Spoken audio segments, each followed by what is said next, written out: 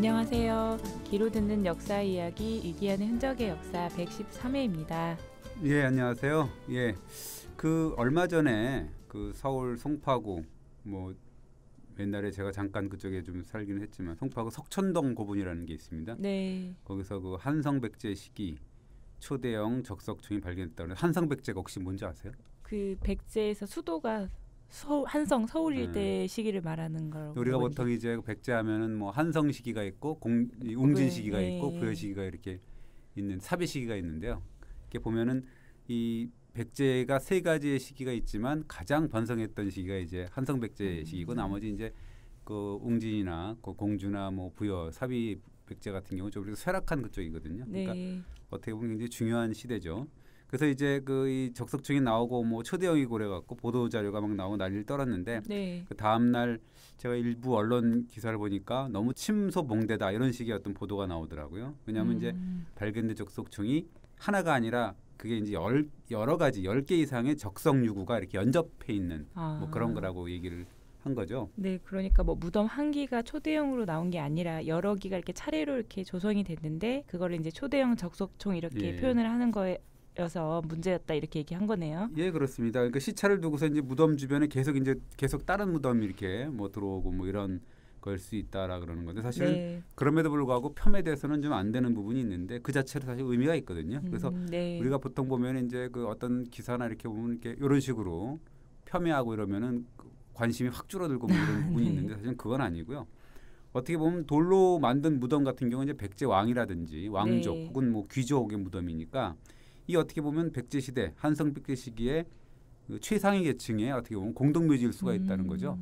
아, 네. 백제 시대 공동묘지라고 얘기를 해보니까 뭐 이렇게 되게 중요한 또 유적일 것 같은 생각이 드네요. 예, 그렇습니다. 그리고 뭐 거기 보면 석천동 고분 가운데 3호분 우리가 거기 보면 보존이 되어 있는데 거기를 비롯한 몇몇 이 대형 고분 같은 경우는 규모로 봐갖고 백제 왕릉이 사실은 확실하다는 게 전문가들의 이야기거든요. 네, 백제 왕릉이라고 한다면요, 누구의 왕릉을 말하는 거예요? 예, 그러니까 가장 큰 게 석천동 3호분이라고 있거든요. 지금도 뭐 보존이 되어 있는데 거기가 이제 우리가 뭐 이 백제의 전성기라고 우리가 얘기하는 혹시 근처구왕릉이 아니냐 뭐 이런 가능성이 제기가 되는 거죠. 그래서 이번 주에 그 한성백제 시대 공동묘지 그리고 이제 근처구왕을 비롯한 백제 임금들의 무덤이라고 볼 수가 있는 건데 석천동 고분을 한번 우리가 다뤄볼까 합니다.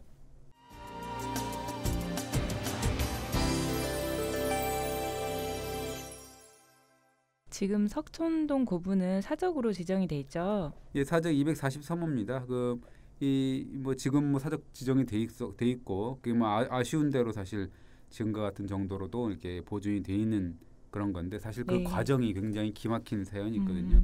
그 중간에 뭐 이 강남 개발 광풍이 불고 그다음에 도로 공사하느라고 이제 무덤이 훼손되고 또 이제 공사하면서 불도저라든가 포클레인 뭐 삼날 이런 거에 그 백시대 온간이 막 파기가 되거나 혹은 백제인의 유골이 막 이렇게 흩어지는 그런 참상을 뭐 이 겪고 뭐 그런 과정이 있어요. 네, 말씀 중에 유골이 포크레인 삼날에 이렇게 찍혔다 이런 끔찍한 일도 있었나 이런 생각이 드는데요.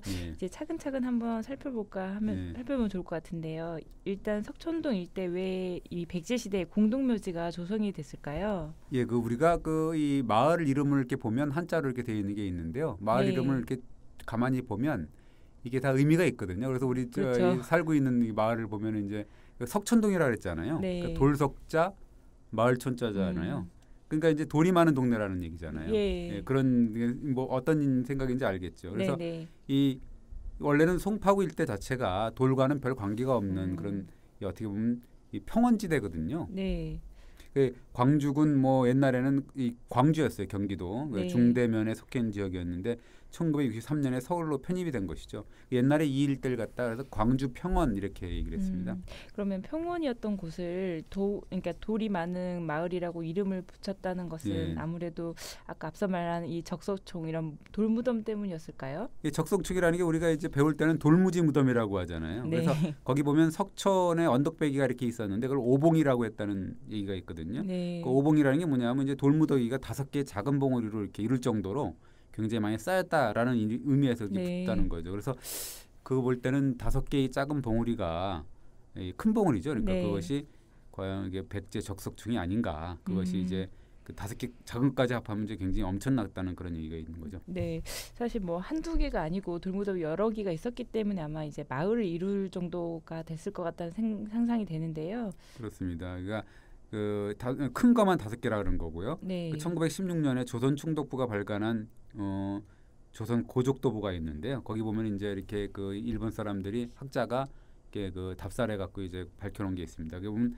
89기가 이렇게 백제고분이 표시가 돼 있거든요. 네. 적석총이 22기 정도 표시가 돼 있는데 그 중에 그래서 이제 그걸 토대로 해갖고 19년에서 20년 사이 그래서 정밀 조사를 했는데 네. 거기 석천동, 방이동, 가락동 그 일대에 우리 한 293기 이상의 어떤 백제고분이 분포해 있다 이렇게 나와 있습니다.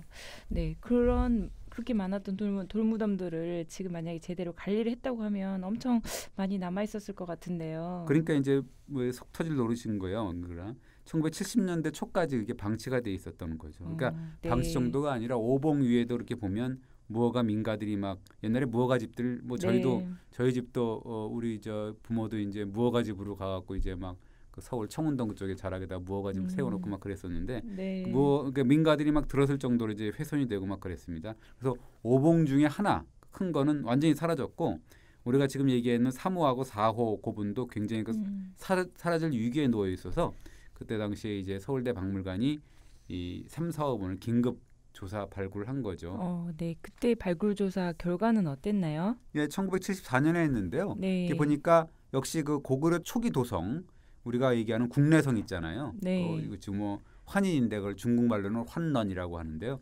거기 인근을 가보면 이제 고구려 적석청들이 쭉 있거든요. 네네. 그거랑 굉장히 그 비슷한 그런 적석청이었습니다. 사실 뭐 고구려와 백제 임금은 서로 조상이 같다 이렇게 얘기를 하잖아요. 예, 뭐 같은 부여 출신이다 이렇게 나오는 건데요. 그 삼국사기에 보면 나옵니다. 그러니까 원래 좀 약간 이제 긴데요. 그 고구려를 세운 주몽이잖아요, 우리가. 네. 네, 원래 북부여 출신이거든요. 그래서 이 주몽이 그 졸본부여로 망명을 해갖고 졸본부여 임금의 딸하고 결혼해서 아들을 둘 낳았고 그 아들 둘이 이제 비류와 온조 이렇게 얘기를 했거든요. 네. 물론 그 삼국사기를 보면 다른 설이 있다라고 하면서 그 이 주몽이 졸본부여로 와갖고 거기에 그 과부인 그 이 소선호하고 결혼했다라는 이야기도 있거든요. 네. 그러니까 소선호가 이미 이제 이 결혼한 상태였고 네. 그 미망인이었고 아들이 둘 있었어요. 네. 그 전 남편하고 사이에. 그래서 결혼을 재혼을 하니까 어쨌든 그 주몽으로서는 새 아들이 생긴 거잖아요. 네. 새로운 아들이 자기가 낳은 건 아니지만 어쨌든 그게 비류와 온조였다라는 설이 있거든요. 네. 그러니까 어쨌든 그 두 아들을 제자식처럼 돌봤다라는 이야기가 있으니까요. 네. 말씀하신 거 들어보면 주몽이 이제 졸본부여의 임금 딸과 혼인해서 아들 둘을 낳았다는 얘기가 하나 있고요. 네. 또 아니면 아들 둘이 있는 졸본부여의 그 소선우와 결혼을 해서 또 아들 둘이 새로 생겼다는 얘기가 있잖아요. 네. 어쨌든 아들 둘은 이 부여 출신이라는 얘기로 결론이 나네요. 그렇습니다. 그래서 이 뭐 중요한 거는 근데 이게 주몽이 북부여에서 졸본부여 오기 전에 결혼을 이미 했었어요. 예씨라고 결혼을 했는데 네. 그 이 애가 뱃속에 있는 거를 모른 채로 이제 이 졸본부여로 왔거든요. 네. 그 뱃속에 있는 예씨의 뱃속에 있었던 애가 이제 태어났습니다. 태어나갖고 그거를 이제 그 예씨가 이 어떤 부절이라 그래갖고 자기 남편하고 헤어질 때 어떤 그런 뭐 맞추고 왜 잘라갖고 뭐 거울 자르고 해갖고 나중에 맞추고 뭐 이러는 거 있잖아요. 네. 그 부절이라 그러거든요. 그걸 주면서 너는 그 졸본부여에 가갖고 네 아버지를 만나라 뭐 이렇게 한 거거든요. 그래서 이제 그 나중에 이 아들이 찾아옵니다. 그 아들 찾아온 사람이 유리왕인 거죠. 네. 주몽이 이제 유리왕의 존재를 알았을 때 얼마나 기뻤을까요? 그러니까요. 이게 자기도 몰랐던 저 아들인데 적장자가 온 거잖아요. 그러니까 어떻게 보면 이제 이미 이제 주몽은 고구려를 세운 몸이었거든요. 원래 네. 그 졸본부여 그 임금이 돌아가셔갖고 죽어가지고 이제 자기가 이제 이 나라를 세운 건데 이 원래는 자기가 낳은 거였는지는 잘 모르지만 비류와 온조를 이제 후계자로 생각을 하고 있다가 이게 뭐 적장자가 이제 나타났으니까 싹 바꿔버린 거죠. 네, 네 비류와 온조 입장에서는 사실 뭐 이제 졸지에 낙동강 오리알 신세가 됐네요. 예, 그렇습니다. 그래서 뭐 뭐라 그러냐면 오이 마리아 이런 뭐 해갖고 10명의 신하하고 자기를 따르는 백성들을 이제 이끌고 남한으로 망명했다 이렇게 이제 표시가 돼 있는데 네. 그래서 백제를 세우는 게 그때가 이제 기원전 18년 였다라는 건데 얼마나 피눈물을 흘리면서 내려왔겠습니까? 네. 어쨌거나 이 부여 출신이 같은 사람들이니까 무덤 또한 이제 비슷할 수밖에 없다. 고구려와 백제의 무덤이 비슷하다 이런 얘기로 정리할 수 있겠네요. 예, 이제 원수지간이긴 했겠죠. 가슴에 예. 한을 품고 왔지만 그래도 이 묘제 이런 거 장례의 풍습은 사실은 고칠 수가 없잖아요. 그러니까 그리고 막상 석촌동 고분을 이렇게 발굴해 보니까 고구려 이제 적석청하고 비슷하니까 네. 그래서 이제 해보니까 이제 당대 유명한 학자들이 있잖아요. 우리가 잘 아는 이병도, 무슨 그 김원용, 그다음에 뭐 김철준, 이기백, 최영희 뭐 이런 아주 당대 기라성 같은 내로라는 학자들이 총출동해서 이제 학술대회까지 여는데 네. 흥분을 한 거죠. 왜냐하면 이게 백제 초기 지배층이 고구려 의미라는 어떻게 보면 삼국사의 기록이 맞구나라고 이제 흥분을 하게 된 거죠. 네.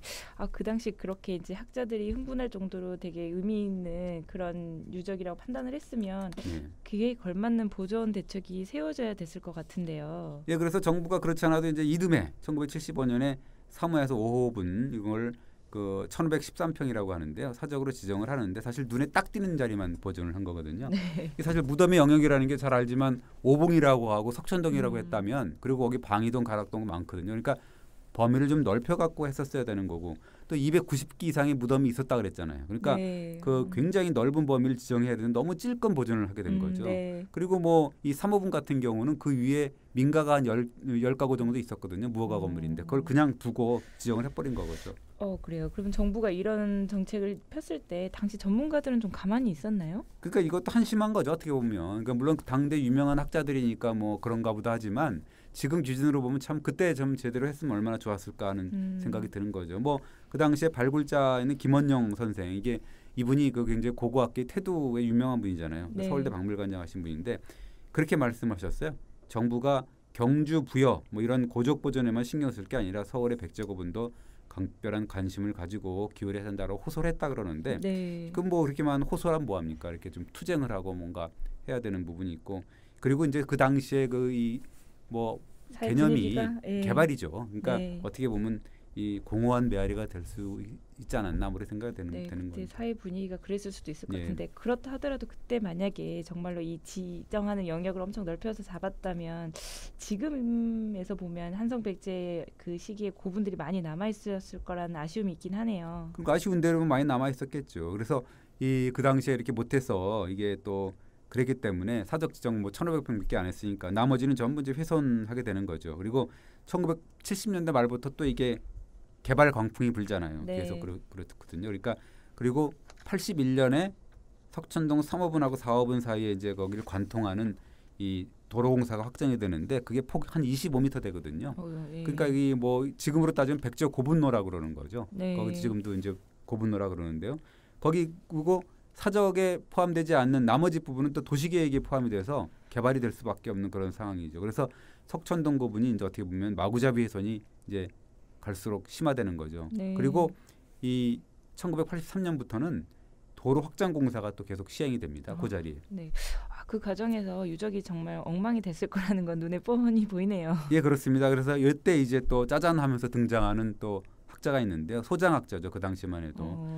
당시에 그 한국정신문화원 교수인데 이형구라는 분입니다.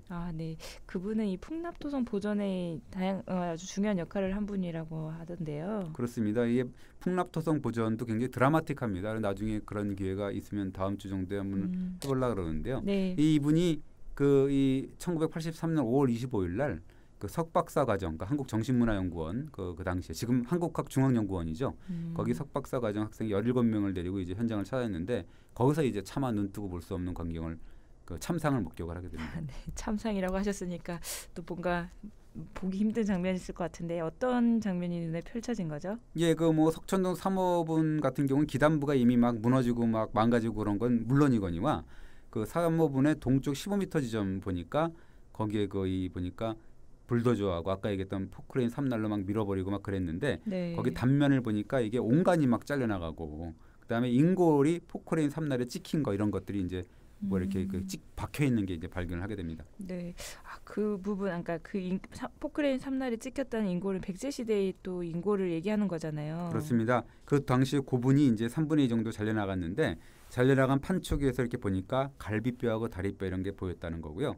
그다음 3호분만 아니라 4호분도 파괴가 됐고, 그다음에 무덤으로 들어가는 그 길, 그다음에 무덤 방 이런 것도 역시 다 분화구처럼 막 파여 있었다 이렇게 나옵니다. 네, 누님이 말씀하시지만 이렇게 조상의 무덤을 이렇게 파헤친다는 거는 저희가 좀 정서적으로 받아들이기 힘든 부분이기도 하고 역사적으로도 그렇잖아요. 그렇습니다. 그걸 이제 우리가 얘기할 때 천인공노할 뭐 이렇게 표현하게 되는 거죠. 네. 그러니까 1974년에 서울대박물관이 발굴했던 그때 확인했던 백시대 주거지 이런 것들은 또 흔적도 없이 사라졌다 이렇게 나옵니다. 네. 뭔가 이렇게 발굴되고 한 10년 안팎인 것 같은데 네. 이게 그 사이에 수천 년의 역사가 한 번에 막 사라졌다 이런 생각이 드네요. 이게 사실은 그 문화 양상이라는 게 흙 속에 잘 보존돼 있거든요. 문화가 이렇게 흙이 계속 쌓이잖아요. 네. 쌓이면서 그 시대의 층이 이제 이렇게 쭉쭉 켜켜이 이렇게 나오게 되는 건데 그걸 파내고 없애버리면 완전히 그게 이제 무너져 버리는 거잖아요. 네. 건설하는데 그 쌓이는데 수천 년이 걸리잖아요. 근데 없애는 거는 정말 순간이잖아요. 네. 그래서 그렇게 보면 수천, 뭐 수만 년의 역사가 한순간에 송두리째 사라져 버리는 거죠. 네. 그래서 이 고고학자들이 발굴 조사도 유적 파괴라고 이렇게 한다고 하잖아요. 예, 그렇습니다. 우리 제가 뭐 스승으로 모시는 우리 조효전 선생님 맨날 하는 얘기가 네. 발굴도 파괴다 이렇게 얘기를 하거든요. 왜냐하면 발굴해갖고 유물을 꺼내고 유구를 파내면 원형을 잃어버리게 되는데 한번 원형을 잃어버리면 끝장이거든요. 회복할 수 없잖아요. 그리고 발굴 끝내고 건물이 들어서면 어떻게 되겠어요? 그냥 뭐 끝장이죠. 그리고 뭐 이 해석도 제대로 해야 되는데 못하면 그것도 마찬가지고요. 네. 그래서 누누이 또 말씀하시지만 이 제대로 된 고고학자라면 이 고고학 발굴조차 파괴형이라는 어떤 그런 인식을 가지고 발굴에 신중을 기해야 한다 이런 말씀이시잖아요. 예, 그래서 웬만하면 발굴하지 않고 후대로 넘겨야 된다 이렇게 얘기를 하거든요. 그러니까 땅 속에 있으면 그걸로 계속 가잖아요. 네. 그리고 뭐 이 나중에 더 훌륭한 발굴 장비나 기술이 나오고 또 상황이 되면 또 학술 발굴을 할 수 있는 거고 그렇게 제대로 해석을 하면 되는 건데 지금 뭐 개발에 눈이 멀게 되고 그래서 말 그대로 이제 보이는 게 없고 막 그러다 보니까 마구 해쳐버리니까 이게 아무리 유적 보존을 강조해도 소용이 없는 거거든요. 그러니까 당시에 이제 이영구 교수도 이 참상을 딱 목격을 하고 나서 고민을 하게 되거든요. 이게 행정기관에 고발하고 뭐 주민들한테 얘기해봐요. 주민들은 집을 빨리 재개발해갖고 집값 올라가면 뭐 장땡이지 않습니까? 네. 그때 당시 유적을 발굴하고도 이런 고민을 했다는 것 자체가 지금이나 예전이나 뭐 비슷한 상황이네요. 한심한 얘기죠. 그래서 뭐 과연 어떻게 해야 되느냐 이용구 선생이 이제 고민하다가 이게 언론에 기댈 수밖에 없다. 지금 뭐 보면 우리 박근혜 최순실 게이트 이것도 사실은 검찰이 제대로 했습니까? 누가 했습니까? 결국 이 미운하고 오나 언론이 한 거 아니에요, 그죠? 그렇죠. 언론이 파내고 막 그런 거니까. 그래서 여론의 힘으로 해갖고 뭐 탄핵 심판 결의까지 이끌어내고 뭐 검찰 수사까지 이끌고 막 그랬지 않습니까? 그때도 좀 마찬가지였다고 볼 수가 있는데요. 이게 뭐 개발에 눈이 먼 행정기관이라든가 주민들한테 백날 얘기해봐도 소용이 없다. 그래서 이제 이 교수가 선택한 게 이제 방송사 KBS 이제 선택을 해서 제보를 했죠. 뭐 방송사 입장에서도 이게 조운이라는 표현이 좀 거슬리긴 한데 좋은 취재거리라고 할 수 있을 것 같아요. 네. 백제 시대 고부는 물론이고 뭐 백제 인골까지 이렇게 무참하게 파괴됐다 이런 소식을 전하게 되는 건데 일종의 특종이죠. 그러니까 이 방송사 같은 경우 그런 거의 좀 그런 뭐라 그래 선정적이랄까 좀 그렇게 보이는 거죠. 그러니까 그래서 그 KBS 카메라가 당장 출동을 해갖고 온관 인골 이런 걸 노출된 기막힌 현장을 찍고 보도가 자꾸 이어지니까 뭐 경향신문도 썼다 그러더라고요. 그 다음 날 어쨌든 간에 보도가 이어지니까 이제 당시에 허문도 문화공보부 차관 지금으로 따지면 문체부죠. 차관이 이제 부르고 왜 이렇게 뭐 그랬겠죠. 왜 이렇게 언론에 자꾸 보도가 될 정도로 그렇게 하냐. 한국정신문화연구원이 사실은 그 국가기관이었거든요. 그러니까 이제 왜 그렇게 당신이 뭐 이렇게 나서서 그러냐고 얘기했겠죠. 그 이제 또 이 이영구 선생은 허문도 씨가 경남 고성 출신인데요.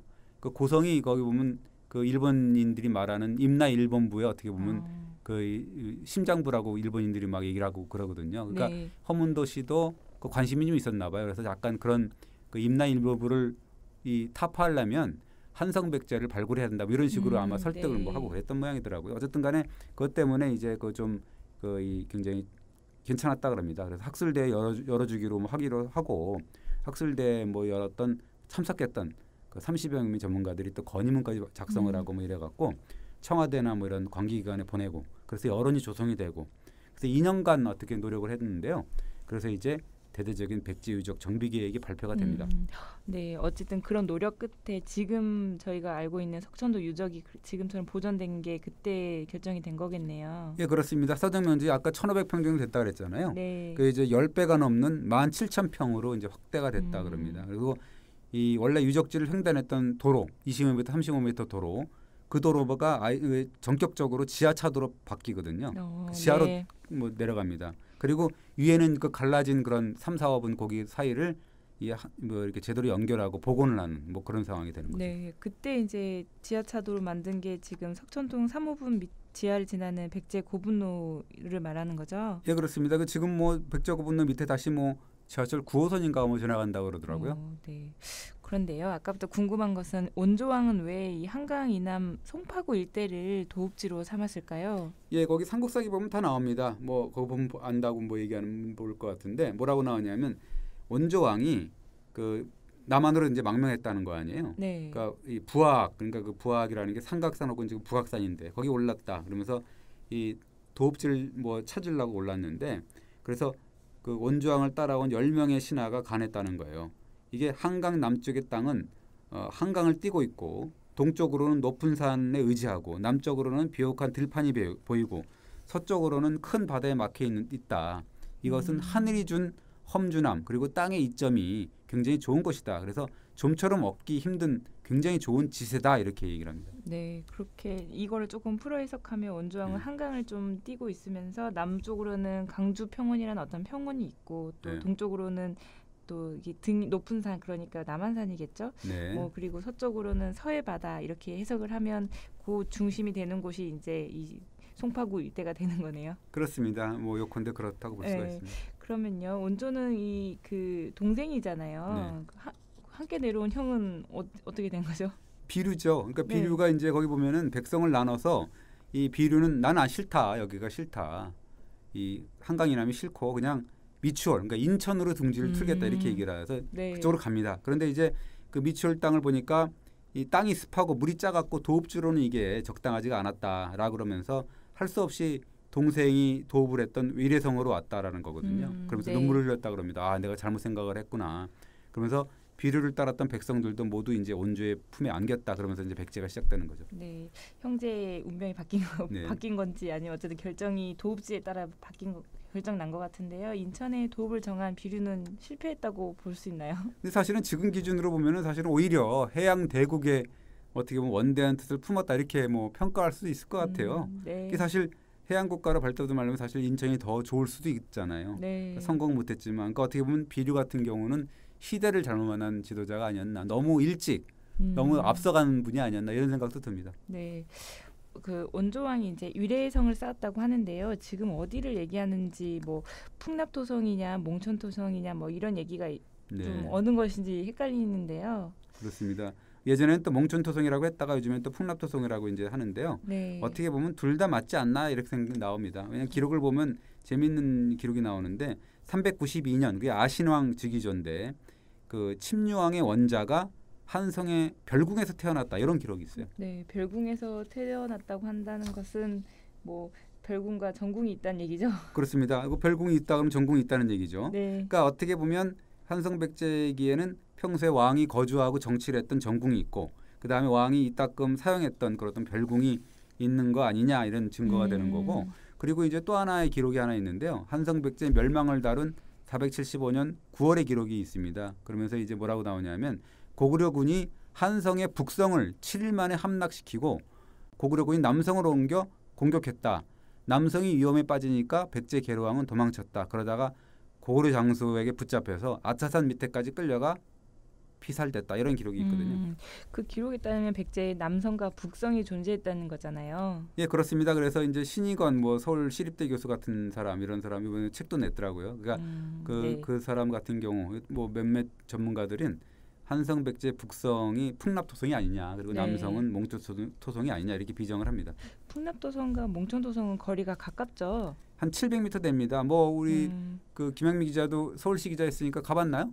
네, 아니요 가보지는 못했는데요. 그 가보면은 좀 가까웠는데요. 최근에는 몽천토성에서 몽촌토성하고 풍납토성을 연결하는 백제 도로가 발견이 됐거든요. 그래서 네. 거기 보니까 풍납토성과 연결이 됩니다. 그러니까 성의 규모로 보면 어떻게 보면 이제 그 출토 유물이나 유고로 보면 임금이 평소에 거주하고 정치를 했던 뭐 그런 정궁 북성은 풍납토성이고 네. 별궁 남성은 몽촌토성이다 이렇게 볼 수가 있는 거고 풍납토성은 종교, 정치, 경제, 대외 교류의 중심지다 이렇게 볼 수가 있고 거의 각국 사신이나 귀족 상인들이 드날던 도시였다 이렇게 볼 수가 있는 거고 몽촌토성은 이 왕과 왕족의 사적인 공간 그리고 혹시 이 비상시에 피신처 역할 이런 거 한 게 아니냐라고 이제 보고 있는 거죠.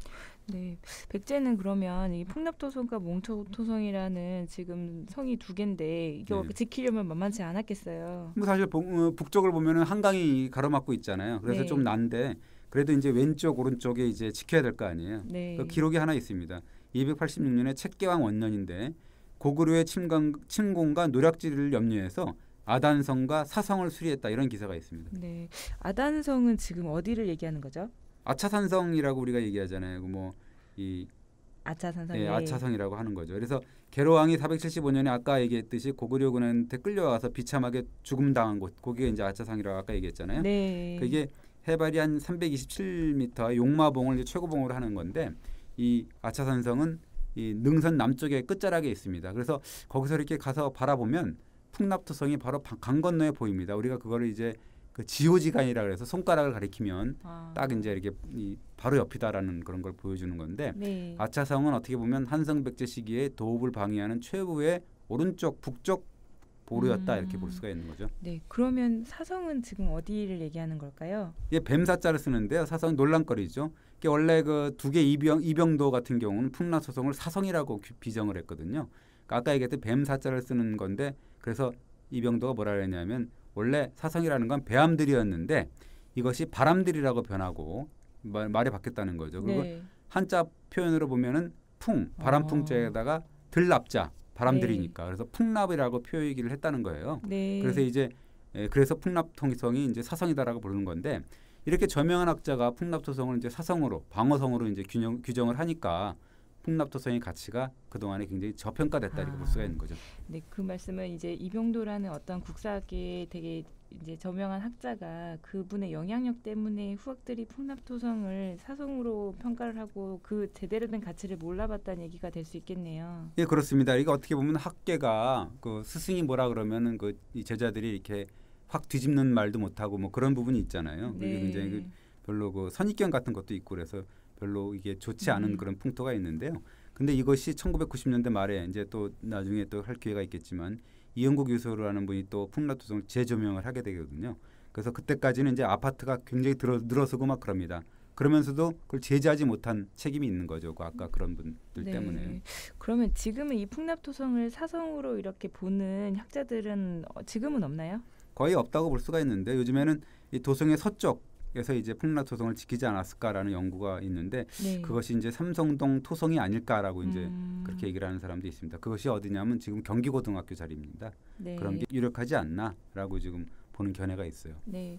그러면 이제 왕릉은 지금 석촌동 그쪽이 부근이라고 하셨잖아요. 예, 그렇습니다. 보통 그 고대 도성을 이렇게 살펴보면 산자의 공간이 있잖아요. 궁실하고 성벽 이런 거 있고 그다음에 뭐 한강하고 이제 아까 얘기했던 남한산, 검단산 이런 걸 기대 갖고 사는 그런 공간이 있는 거고 그다음에 죽은 자의 공간이라서 무덤이 있어야 될 거 아니에요. 공존하고 있거든요. 그래서 어떻게 보면 석촌동 비롯해서 이제 방이동, 가락동 부분인 그런데 이 무덤의 규모가 큰 적석층의 주인은 아까 얘기했듯이 이제 왕이나 왕족 그다음에 귀족의 가능성이 많은 건데 특히나 이제 왕릉일 가능성이 많은 거죠. 그 석촌동 부분 같은 경우는 이게 성내천을 사이에 두고서 풍납토성에서 동남쪽으로 한 3km 그다음에 이제 몽촌토성에서는 한 2.3km 정도 떨어져 있거든요. 네, 이게 문헌 기록으로 혹시 왕릉의 위치가 나온 게 좀 기록으로 있나요? 예, 그렇게 나오지는 않는데요. 다만 이제 계로왕이 선왕의 무덤을 조성할 때 기록이 하나 있습니다. 뭐라 그러냐면 계로왕은 그 웅리하에서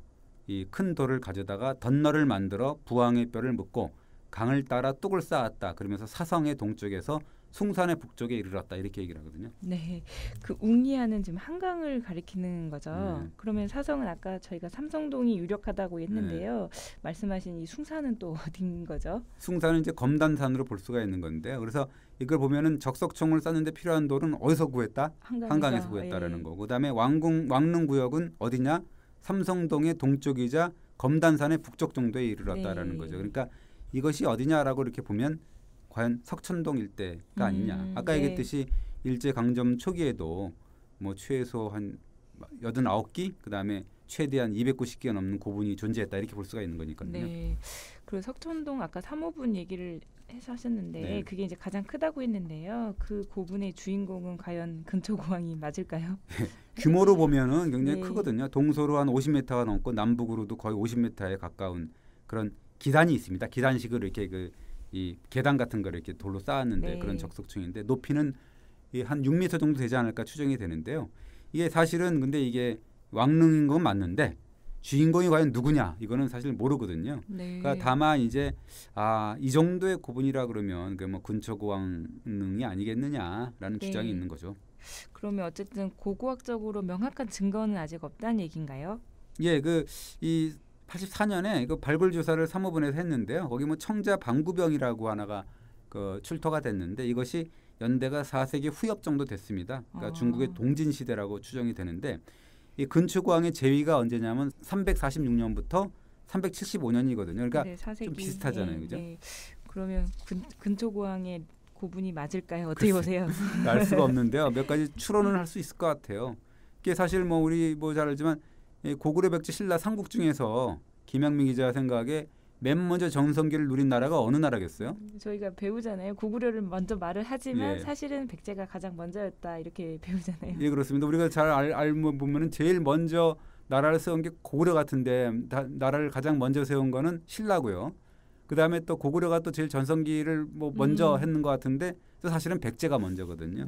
이게 사실은 이 아까 얘기했잖아요. 같은 뿌리 부여에서 갈라졌잖아요. 고구려 백제가 처음부터 그러니까 얼마나 원조로서는 가슴에 한이 맺혔습니까? 그래서 죽일 듯이 으르렁댔습니다. 이게 틀어진 형제자매 간 싸움이 오히려 더 치열하잖아요. 우리가 동족 상잔의 뭐 비극이라고 우리가 얘기하듯이 우리도 뭐 남북한 막 싸우고 그러지 않습니까? 그러니까 이 4세기에서 6세기 사이에 고구려 백제가 무려 37회의 접전을 벌이거든요.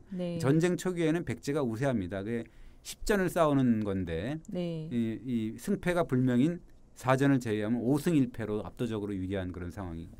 네, 어쨌든 백제가 우세했네요. 그 고구려 고국원왕이라는 왕이 백제랑 싸우다 전사했다 이런 기록이 있죠. 우리가 배우잖아요, 그거는. 그래서 이 누구냐 하면 고국원왕하고 이제 근초고왕, 그다음에 근초고왕의 아들인 근구수왕 태자거든요. 같이 이렇게 뭐 하는 건데 혈투를 벌이는 거죠. 첫 번째는 369년인데 백제 근초고왕이 그 치양 그러니까 지금 황해도 배천인데요. 거기서 이제 고국원왕이 침략을 받아서 싸웁니다. 그래서 이 고구려가 보병 기병해서 한 2만 명이 쳐들어오는데 근초고왕이 아들 근구수 그러니까 태자를 시켜가지고 기습을 해갖고 고구려군이 5천 명이 전사하는 그런 이 상황이 일어나는 거죠.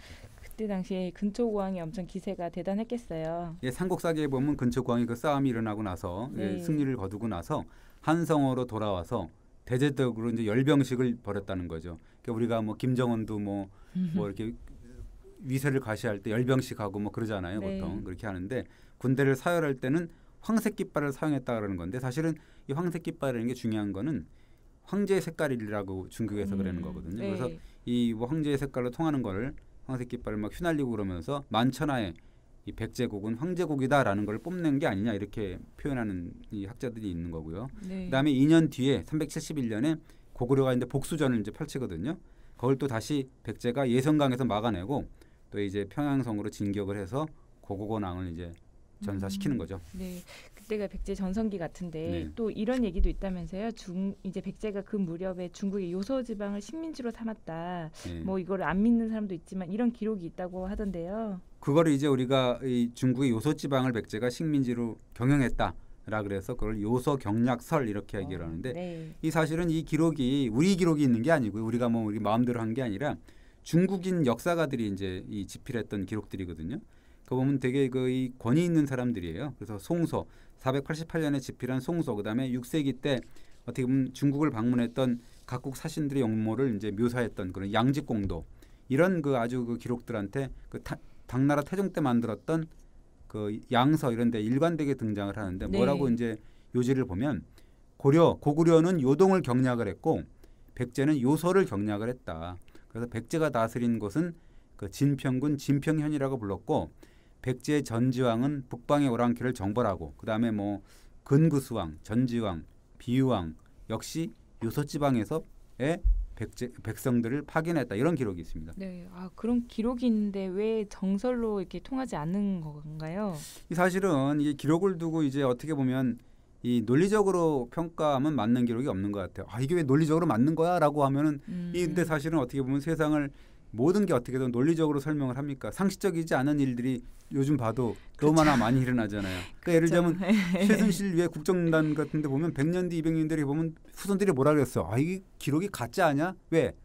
너무나 비상식적이고 말이 안 되는 그런 일이 있었을까 뭐 이랬겠죠. 100년 전 200년 전 조상들이 이게 최순실을 미워해 갖고 이렇게 엉뚱하게 썼구나 이렇게 볼 수 있는 거잖아요. 그죠? 네. 가짜로 이렇게 볼 수가 있는 것처럼 이게 굉장히 비상식적인 얘기들도 많고 그걸 논리적으로 설명할 수 없는 얘기들이 많거든요. 네. 근데 그걸 자꾸 사실이 아닐 거다라고 얘기를 하고 믿지 않으면 도리가 없는 거죠. 네, 이 백제 아까 말씀하신 요서 경락설도 지금 입장에서 그렇게 보고 있는 건 아닌가 이런 얘기인가요? 예, 그럴 수 있다는 거죠. 사료가 엄연히 존재하잖아요. 근데 네. 사료가 존재하는 걸 갖다가 없다 그러고 잘못됐다 그러고 뭐 틀린 대목이 많고 와전됐다 그러고 이런 학자들이 많은데 사실은 저는 개인적으로 정설을 믿고 싶은데 물론 이제 그 증거들이 과연 얼마나 나타났냐는 모르는 건데 왜냐하면 우리가 당대 기록이잖아요. 네. 488년이면 굉장히 당대 기록이고 그것이 이제 그 북조 시대의 기록은 없다. 남조 시대의 기록만 있는데 이건 좀 이상한 거 아니야 이렇게 얘기를 하긴 하지만 당대 자료처럼 신뢰할 수 있는 자료가 어디 있습니까? 그러니까 어떻게 보면 뭐 이런 것들은 사실 학자들의 논쟁에 맡겨야 되는 거죠. 제가 뭐 저도 비전문가이기 때문에 그러나 이 기록을 믿어야 되는 게 아니냐라는 생각이 있는데 네. 한 가지 부인할 수 없는 명백한 거는 최치원의 언급이 있거든요. 그래요? 또 최치원이라고 하면 저희가 믿을 수 있는 어떤 그런 인물이어서 또 믿을 만한 말을 했을 것 같은데요. 예, 최치원이라는 분은 사실은 9세기 인물인데요. 통일신라 시대, 신라 시대 말이죠. 근데 이 신라 사신의 자격으로 이제 당나라를 방문합니다. 그러면서 당나라 문화시중한테 편지를 올리거든요. 그러면서 이제 그 어떻게 보면 고구려 백제를 어떻게 보면 좀 비난을 해요. 씹어요. 어떻게 보면. 그러면서 뭐라 그러냐면 신라 입장에서 그래서 이제 고구려와 백제의 전성기에는 강한 군사가 100만이 넘었습니다. 그러면서 이 고구려와 백제는 남으로는 오나라와 월나라를 침공했고 북으로는 연나라, 제나라, 노나라의 지역을 어지럽혀서 중국으로 봐갖고는 커다란 해충처럼 존재했다. 그래서 옛날 수나라 황제가 이 나라를 그르친 것도 요동정벌 때문이었다라고 이제 표현을 하는데요. 이 기록이 삼국사기에 있거든요. 네. 그러니까 최치원 열전에 분명히 실려 있습니다. 네, 일단 최치원 편지가 갖고 있는 내용에 중요함이 있을 것 같은데요. 그렇습니다. 그게 뭐냐면 고구려뿐만 아니라 백제의 국력도 이 중국 본토인 남으로는 어떻게 보면 오나라, 월나라, 북으로는 연제, 노나라를 괴롭힐 정도였다라고 네. 하는 거죠. 그러니까 고구려와 백제가 전성기에 굉장히 굉장했고 특히나 이제 전성기 백제가 중국 대륙의 여러 나라를 크게 위협했을 정도다라는 증거는 되는 거죠. 네, 그러니까 최치원의 편지를 봤을 때 저희가 이제 추측컨대 백제가 요소를 경락한 사실을 뭐 굳이 안 믿더라 하더라도 당시 백제의 국력이라는 게 중국 대륙을 이제 크게 위협할 정도는 됐다. 뭐 이런 사실은 또 읽을 수 있는 부분인 것 같아요. 네, 그렇습니다. 그리고 근초고왕 같은 경우는 뭐 거기 기록이 뭐 일본서기에도 나오는 건데 가연맹의 7개 소국을 정벌하고 남으로는 친미달에 여기를 뭐 강진이라고 보기도 하고 전남 해안지방이라고 보는데요. 네. 그걸 또 무찔러 갖고 4개 읍의 항복을 받아내고 그 다음에 뭐 이 369년 무렵에 외왕한테 또 칠지도를 하사하고 뭐 일본 애들은 뭐 그거를 뭐 어떤 상납했다 이런 얘기도 하는데 어쨌든 우리가 볼 때는 하사라고 봐야 되는 거고요. 네. 그다음에 이제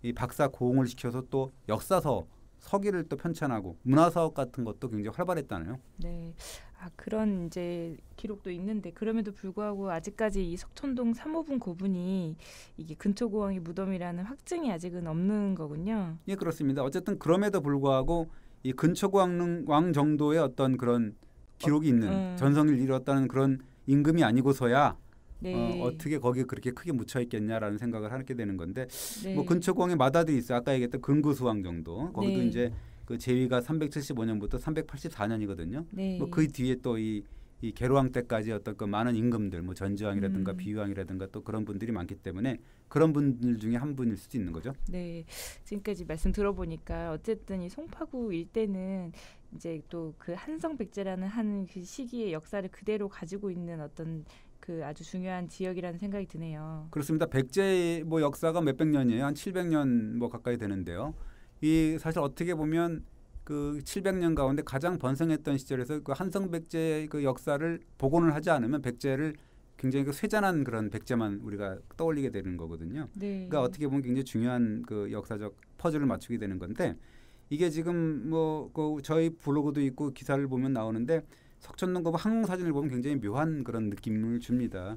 그 보면은 저쪽에 그 제2 롯데월드가 아주 백매층이에요. 그 뭐 이 건물이 있고 그 다음에 그 주변에 따닥따닥 붙어 있습니다. 주택가가 네. 붙어 있는데 그 틈에 석촌동 부분이 아주 외딴 섬처럼 갇혀 있거든요. 네. 그러니까 이게 사실은 만약에 그런 그 소장학자가 그 열정이 없었다 그러면 어떻게 됐겠어요? 지금 흔적도 없이 사라졌겠죠. 그렇죠. 그나마 에이. 지금 이 외로운 투쟁을 겪어서 그나마 지금 이 외딴 섬처럼 남아 있는 그런 걸 보면 이 어떻게 보면 학자의 어떤 중요함, 그러니까 발로 뛰는 학자가 얼마나 중요하다는 걸 또 새삼 느끼게 됩니다. 네, 아마 그렇지 않았으면 또 흔적도 없이 사라졌을 텐데요.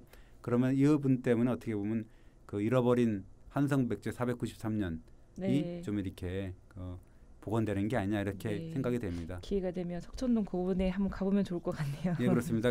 방학 때니까 한번 이렇게 네. 한번 가보는 기회가 됐으면 좋겠습니다. 이번 주 여기까지 하겠습니다. 예, 감사합니다. 예, 다음 주는 저기 뭐야 그 풍납도성 한번 하려고 그러니까 한번 들어주십시오. 네, 고맙습니다. 감사합니다.